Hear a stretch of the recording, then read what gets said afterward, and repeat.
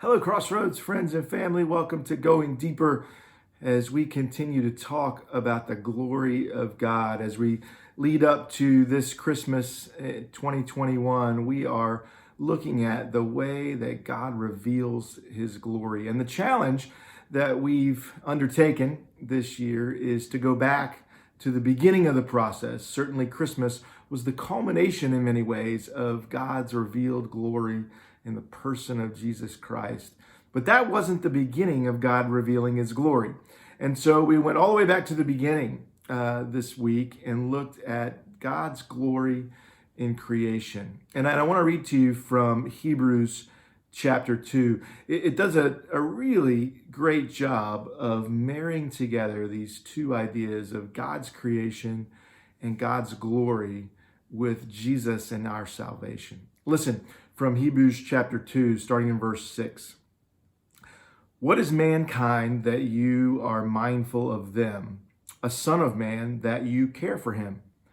You made them a little lower than the angels. You crowned them with glory and honor and put everything under their feet. But in putting everything under them, God left nothing that is not subject to them. Yet at present, we do not see everything subject to them. But we do see Jesus, who was made lower than the angels for a little while, now crowned with glory and honor because he suffered death, so that by the grace of God, he might taste death for everyone. In bringing many sons and daughters to glory, it was fitting that God, for whom and through whom everything exists, should make the pioneer of their salvation perfect through what he suffered.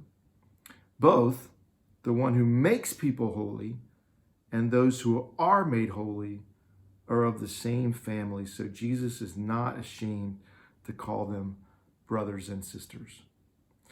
Wow, there is a lot in that passage, and perhaps you'll meditate on it, the rest of it later today. What I want to encourage you to think about as we go deeper into this passage is how glory is not only revealed in creation, but it is a responsibility of followers of Jesus. That, in other words, we are glory bearers and protectors.